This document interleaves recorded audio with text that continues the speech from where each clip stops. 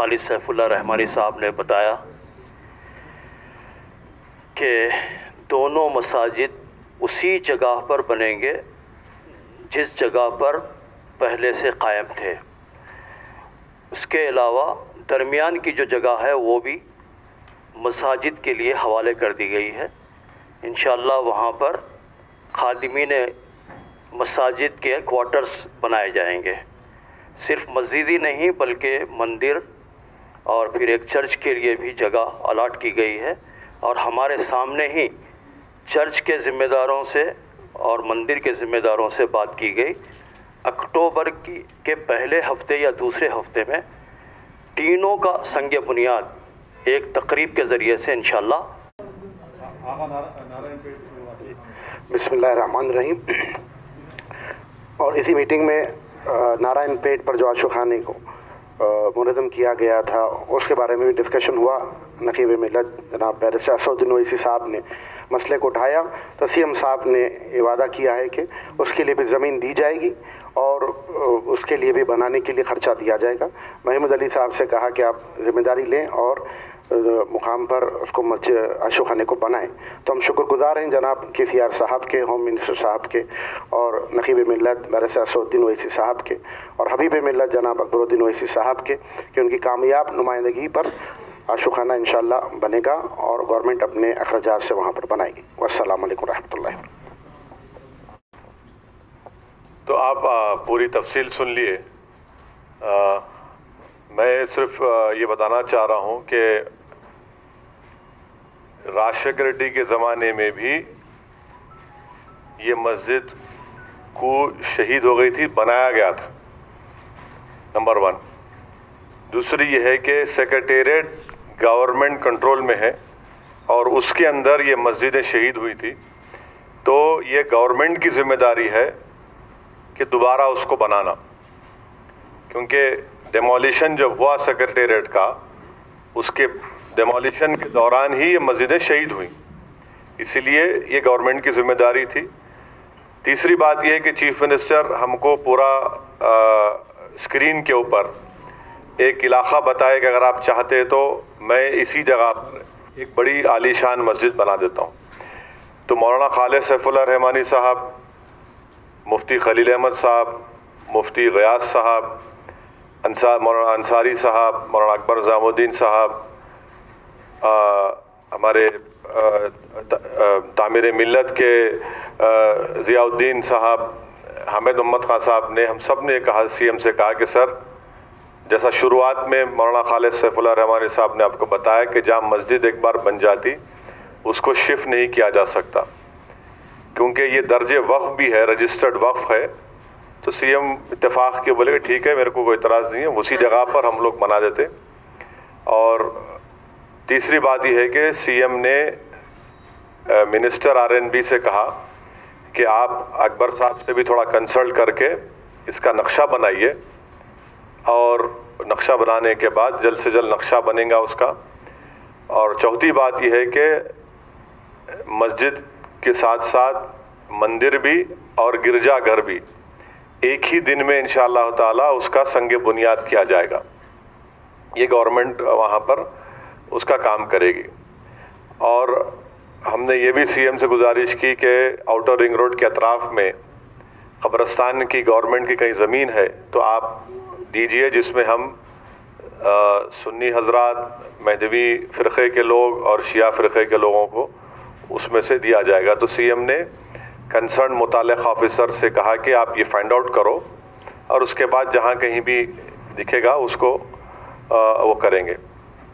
पांचवी बात यह है कि नामपल्ली पे जो ज़ेर तामीर अनीसुल गुरबा की बिल्डिंग है वो काफ़ी देर से हो रही है तामीर के लिए, और 3 फ्लोर डालने से वो काम मुकम्मल हो सकता है। तो चीफ मिनिस्टर ने RNB मिनिस्टर से कहा कि फ़ौरन, क्योंकि ये नया काम नहीं है, ऑनगोइंग वर्क है, पुराना काम है, इसमें आप इसको जल्द से जल्द इसको तकमील करवाइए, उसको मुकम्मल करवाइए। फिर हमने सीएम को उर्दू ज़बान के बारे में भी याद दिलाया। तो चीफ मिनिस्टर से अकबरुद्दीन ओवैसी साहब ने कहा कि ऑफिशियल लैंग्वेज कमीशन में एक उर्दू दां को उसका वाइस चेयरमैन बनाना ज़रूरी है। तो चीफ मिनिस्टर ने वादा किया है कि इंशाल्लाह जल्द से जल्द एक काबिल शख्स को ऑफिशियल लैंग्वेज कमीशन का वाइस चेयरमैन बनाया जाएगा। तो हमारी उम्मीद ये है, हमारी फिर से कोशिश ये रहेगी, और इस्लामिक सेंटर की जो हाईटेक सिटी में निशानदेही की गई थी उसका भी अनकरीब में उसका इफ्तिताह किया जाएगा। तो हमारी कोशिश ये है, हमारी अभी भी जिद्दोजहद ये रहेगी कि जल्द से जल्द उसी मुकाम पर जहाँ पर हमारी दोनों मसाजिद थे उसका संग बुनियाद डाला जाए, वो मस्जिदें जल्द से जल्द उसका तामीर शुरू किया जाए, और साथ ही साथ जो दीगर मजहबी इबादत गाहें हैं उसका भी इंशाअल्लाह उसी दिन उसका भी काम शुरू होगा। और ये जनरली रुदात थी, अगर आपके पास कोई सवालात है तो आप पूछ सकते हैं। अंबरपेट, हाँ, दोनों भी सीएम के सामने रखे और इंशाअल्लाह ताला उस पर भी कुछ ना कुछ कार्रवाई होगी।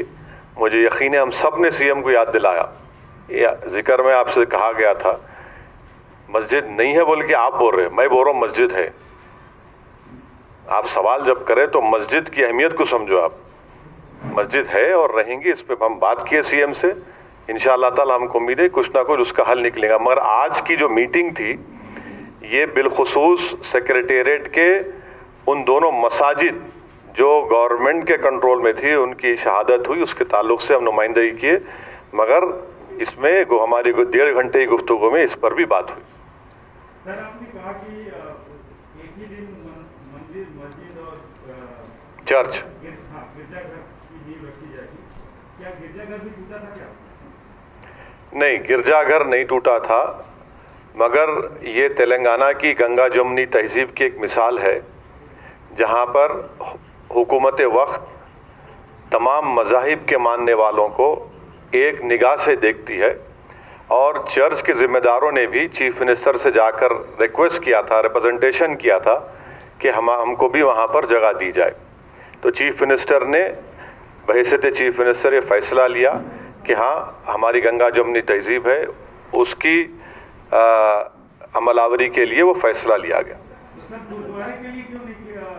गुरुद्वारे का भी है प्रपोजल, बात कर रहे हैं सीएम सिख लोगों से। हाँ, एयरपोर्ट की मस्जिद का मसला ऐसा है कि जब एक ज़ईफ़ पार्टी जिसका नाम कांग्रेस है वो इख्तिदार में थी, तो ज़रा उन लोगों से भी सवाल करना आपका बुनियादी मकसद होना चाहिए। क्या पहले तय हुआ था? नहीं, सुनिए, आपका सवाल अच्छा है सौमित।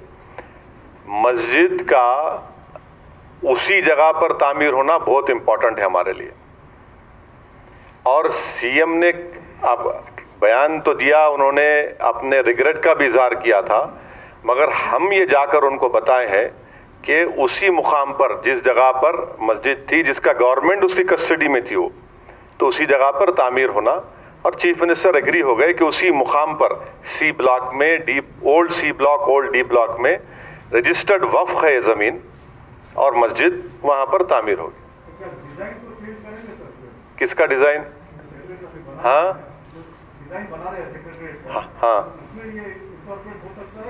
अरे इनकॉर्पोरेट हो गया, आप भी रहेंगे इंशाल्लाह, फिक्र मत करिए। आप मंदिर के इनॉग्रेशन में रहेंगे, फिर मस्जिद में भी रहेंगे, आप कवर करेंगे जी टीवी की तरफ से प्रसाद साहब। हम तो आपको बोलेंगे यू मस्ट कम।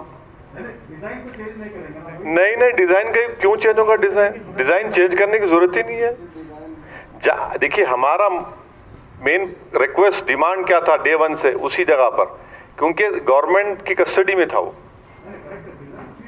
हाँ, वो देखिए, वो सीएम क्या बनाते बना लो, हमारा डिमांड क्या था, वक्फ प्रॉपर्टी है, उसी मुकाम पर तामीर और होंगे इंशाल्लाह। हाँ, प्रमोद साहब आप दो पूछ लिए, अब मैडम आप पूछिए। आप हर बात अहम ही होता, मैडम पूछने दीजिए जी।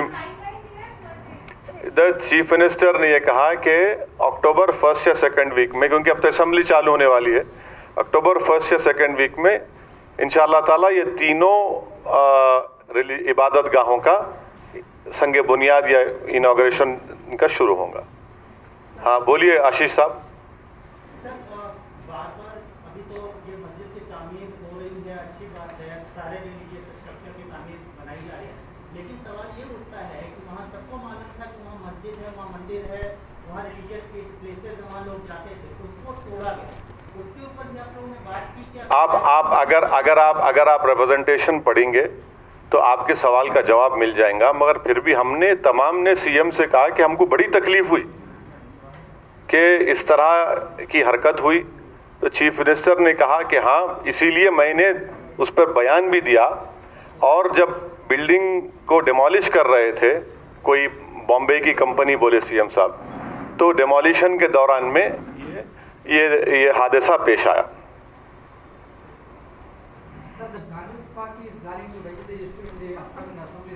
हाँ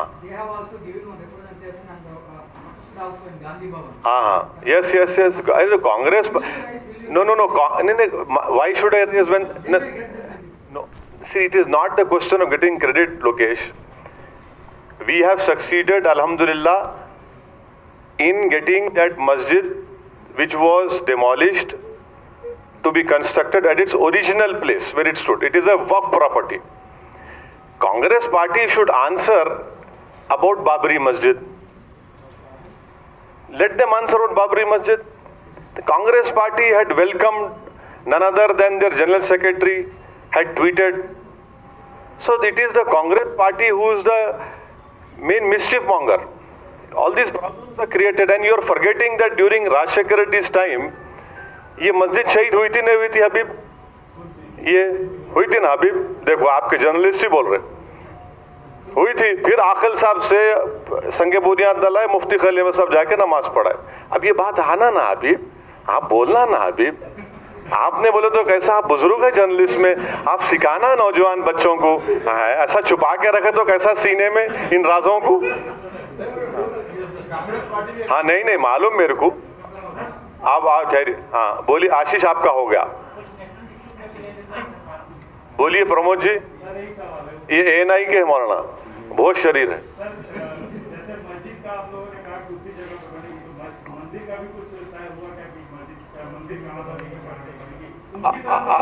अब भाई आप जनियोधारू हैं, आप मेरे को उसका मसले में क्यों लेके आ रहे हैं? आप तय कर लो भाई, हम तो चाह रहे कि सब बन जाए, वो आप तय कर लो। मगर बनेगी मंदिर वहां पर, ये मुझे यकीन है, सेक्रेटेरिएट में। हाँ नहीं, आप अगर आपको तमाम से पूछना है तो पूछ लीजिए, मैं रुकता हूँ। आप लोगों को जाने दीजिए, नमाज का टाइम भी हो रहा। हज़रत बिस्मिल्लाह, आप तशरीफ ले, मैं इन लोगों को सलाम। आपको कुछ पूछना तो नहीं है ना? सब मैं हाजिर हूँ, no problem, I am ready. हाँ बिल्कुल रेडी हूँ हबीब, मगर ये राजों को छुपाना नहीं। आप राजों को छुपा रहे, आप पर्दा उठाइए, इंकशाफात करिए। हाँ ना मंडे को।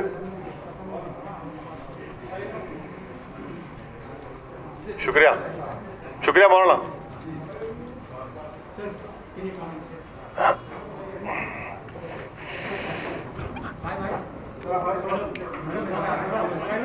पूछिए भाई, क्या पूछना? हाँ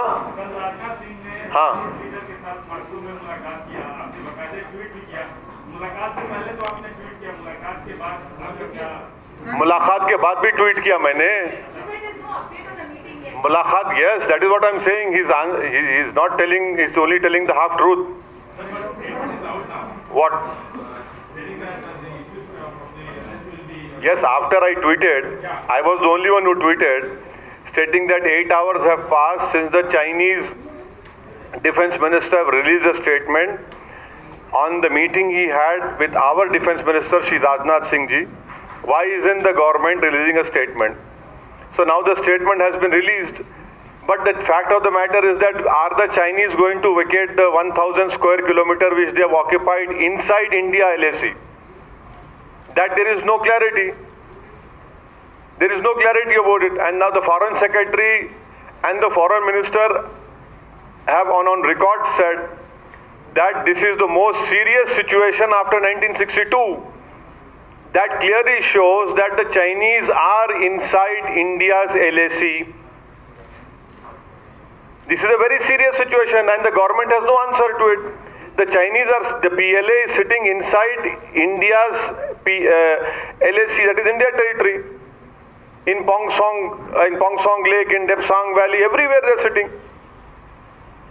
Sir, despite you writing a letter to Om Birla, sir, does it mean that there is going to be a question asked? Well, it is a partial victory, my dear Krishna, that at least unstart questions have been allowed. But yes, there should have been a question hour. There should have been Fridays and an unofficial members day. That should also have been there. But if you see, Telangana Assembly is going to have question hour. Telangana Assembly is going to have question hour. They are going to have everything. It's going to function as a normal assembly. I'm thankful to the Chief Minister that at least he's open to accountability. He's open to being questioned and is willing to answer on the floor of the Telangana Assembly. That is where parliamentary democracy succeeds. If the government of the day does not want a question hour, it shows that they are running away. And they don't want to be accountable and answerable to the people of India.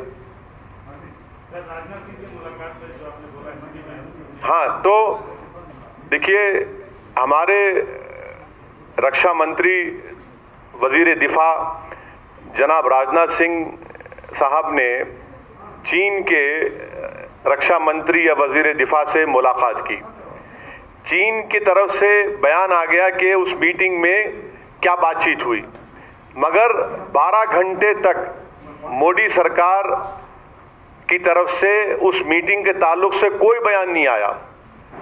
शायद वजीर आजम मेरे ख्याल से मसरूफ थे, अपने घर में मोरों को दाना खिला रहे थे, इसीलिए बयान नहीं आया होगा, नहीं मालूम, हो सकता है भाई, वो भी बड़ा काम, मेहनत का काम है। मगर देश तो जानना चाहता है कि हमारे डिफेंस मिनिस्टर ने चीन के डिफेंस मिनिस्टर से क्या कहा। क्या उन्होंने दो टोक अल्फाज में उनसे कहा या नहीं कहा कि आपकी फौज जो भारत के LAC के अंदर 1000 स्क्वायर किलोमीटर पर जो आप कब्जा करके बैठे हैं, आपको उसको छोड़कर जाना पड़ेगा? क्या उन्होंने सख्त अल्फाज में चीन के रक्षा मंत्री की आंखों में आंखें डालकर कहा कि आपने हमारे भारत के 20 सिपाहियों को जान से मारा, हम इसका कंडेम करते हैं और अपनी फौज को हटाना पड़ेगा? ये सब स्टेटमेंट में नहीं है कि हाँ खाली करना। देखिए, और तीसरी बात, फॉरेन सेक्रेटरी और फॉरेन मिनिस्टर ने ये कहा कि 1962 के बाद सबसे सीरियस हालात है।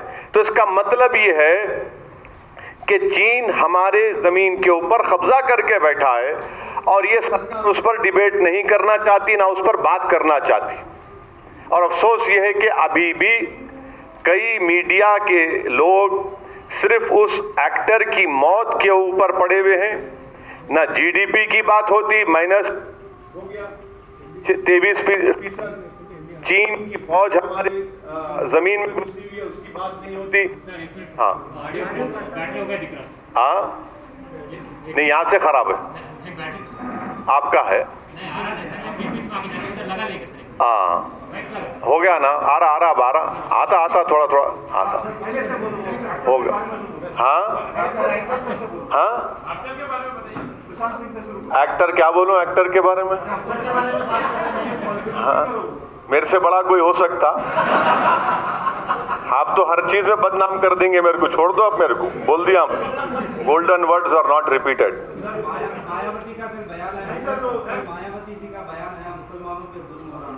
हाँ, वो उनसे पूछो आप।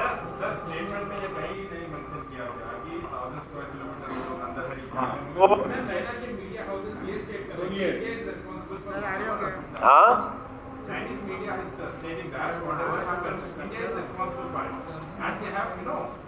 so then our government should strongly rebut that statement, isn't it?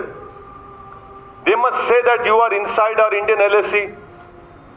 Every newspaper, every journalist, every security expert is saying that Chinese PLA army is sitting inside India's LAC. Why isn't this government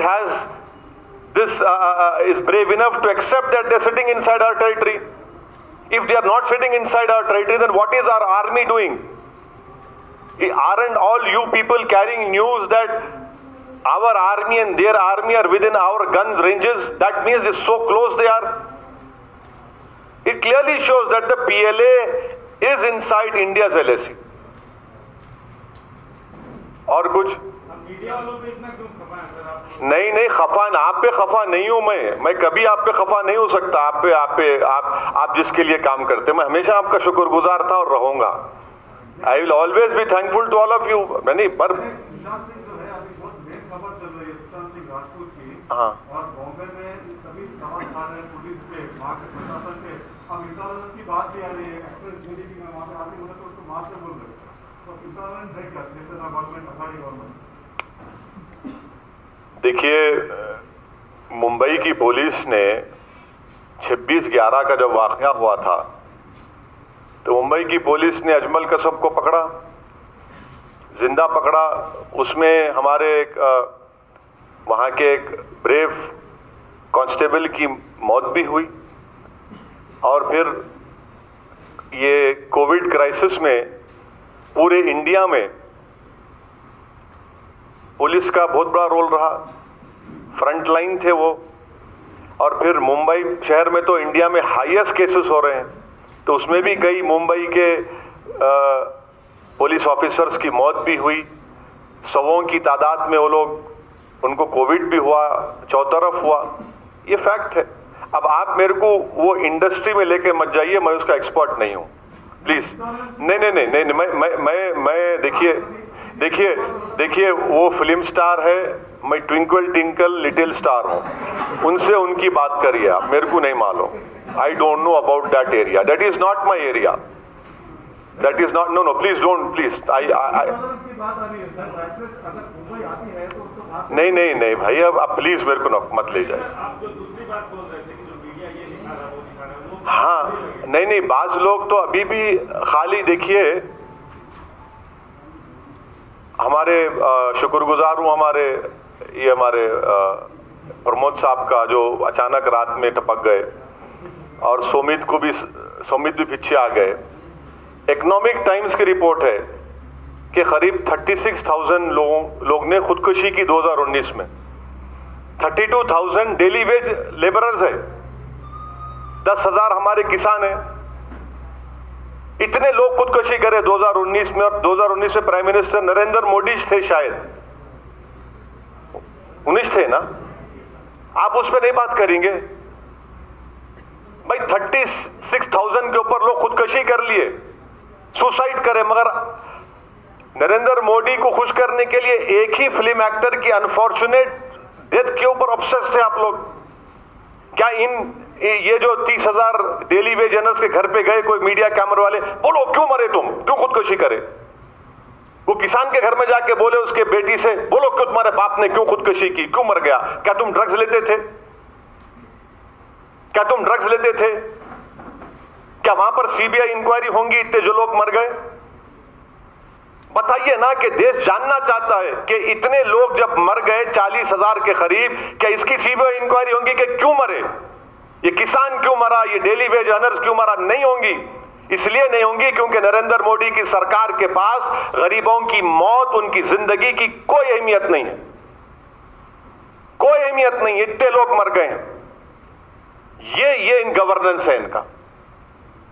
बस साहब, मिल गया आपको मसाला।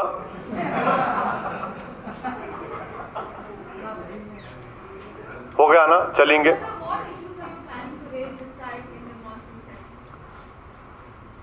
What issues can be raised? Because you don't have a question hour. We don't know whether the government will agree for debates on what is happening in Eastern Ladakh. We don't know whether Modi's government will agree on a debate on the COVID crisis and the continuing increase of numbers, and subsequently because of COVID and because of the unconstitutional lockdown of this government, 8 crore people have lost their jobs in informal sector. 1.8 million people like you have lost their salaries. Will they agree to this debate or not? We don't know. The government with the brute majority can bring those 10 ordinances to be converted into a law. We don't know. We have to wait and see. But we, in an ideal situation, we should have had the question hour. Sir आप कह रहे हैं कि question our नहीं है, हमें issues raise करने का मौका नहीं मिलेगा, लेकिन जब पार्लियामेंट में नहीं मौका मिलता तो बाहर गांधी स्टैच्यू के बाहर आप लोग करते हैं, तो क्या लाइक माइंडेड एमपीज जो हैं नहीं भाई, देखिए मेरे को हैदराबाद की आवाम और भारत की जनता ने मुझे इसलिए वोट डालकर कामयाब किया कि मैं पार्लियामेंट में अंदर जाकर भारत के मौजूदा प्रधानमंत्री, उनकी सरकार की आंखों में आंखें डालकर उनकी गलतियों को, उनकी कमजोरियों को उनके सामने रखूं और उनसे सवाल तलब करूं। यह बुनियादी मेरा काम है। यह काम मुझे, आपने वोट क्यों डाला मुझे? इसलिए डाला ना कि भाई आप जाओ, जाकर पूछो, हमारी तकलीफ को बयान करो। 8 करोड़ नौकरियां चले गई, 1.8 मिलियन लोगों की तनख्वाहें खत्म हो गई, बच्चों को वैक्सीन नहीं लग रहा है पोलियो का, बच्चों को वैक्सीन नहीं लग रहा पोलियो का। 10 करोड़ भारत में बच्चे स्कूलों में पढ़ते मिड डे मील स्कीम से महरूम है। ये पूछने के लिए तो मेरे को वोट डाले ना, जो 40 डिग्री टेम्परेचर में औरतें खड़े रह के वोट डालते। अब जो सरकार वही नहीं करना चाह रही, तो अच्छा है देश की जनता के सामने एक्सपोज हो रहे नरेंद्र मोदी कि पूरे कोविड क्राइसिस में नरेंद्र मोदी ऐसा एक प्रेस कॉन्फ्रेंस नहीं किए। दुनिया का हर प्राइम मिनिस्टर, हर प्रेसिडेंट प्रेस कॉन्फ्रेंस किया, मगर नरेंद्र मोदी प्राइम मिनिस्टर सिर्फ देश को आकर अपने वीडियो से ज्ञान देते थे, थाली बजाओ, दिया जलाओ। क्या थाली बजाने से, दिया जलाने से कोविड कम हुआ? उस वक्त भी मैं बोला था, तो तमाम मीडिया के लोग बोले कि आप अपना भड़काऊ भाषण दे रहे। आज आप देख लिए क्या हो रहा है। रोज 70,000, 80,000 केसेस हो रहे, रोज हो रहे, कम नहीं हो रहे। मगर नरेंद्र मोदी से कोई नहीं पूछते कि सर थाली बजाओ बोले, आप दिया जलाओ बोले, लाइट बंद करो, क्या हुआ उससे? एक प्रेस कॉन्फ्रेंस प्राइम मिनिस्टर करने तैयार नहीं है। अरे भाई आप चलो, आप पूरों को नहीं बुला सकते तो सेलेक्टिव लोगों को बुला के कर लो, कम से कम हमारे कलेजे को सुकून हो जाएगा कि मेरा प्रधानमंत्री प्रेस कॉन्फ्रेंस किया। तो यही तो चीज है कि अकाउंटेबिलिटी नहीं होनी चाहिए, क्वेश्चनिंग नहीं होना गवर्नमेंट की, और सिर्फ ज्ञान देते रहेंगे, ज्ञान देते रहेंगे, और उसका क्या, ज्ञान का क्या असर निकल रहा है? आज आप देखिए कि पार्लियामेंट में कोविड की वजह से क्वेश्चन आवर नहीं होगा, मगर कोविड की वजह से नीट का क्वेश्चन पेपर में बच्चे जाके एग्जाम लिखेंगे। पार्लियामेंट में क्वेश्चन आवर नहीं होगा, मगर कोविड की वजह से बच्चे जेई का क्वेश्चन लिखेंगे। और नरेंद्र मोदी क्वेश्चन आवर में क्वेश्चन का जवाब नहीं देंगे, बच्चों को बोले जाकर क्वेश्चन का आंसर करो। ये इनका गवर्नेंस है मेरे भाई। मोर को दाना खिला रहे, अब खाओ, वही देख के खुश हो जाओ। अरे सब बोल दिया यार लोकेश, प्लीज। अब हाँ, Bihar will contest definitely, that will decide, will definitely contest. हाँ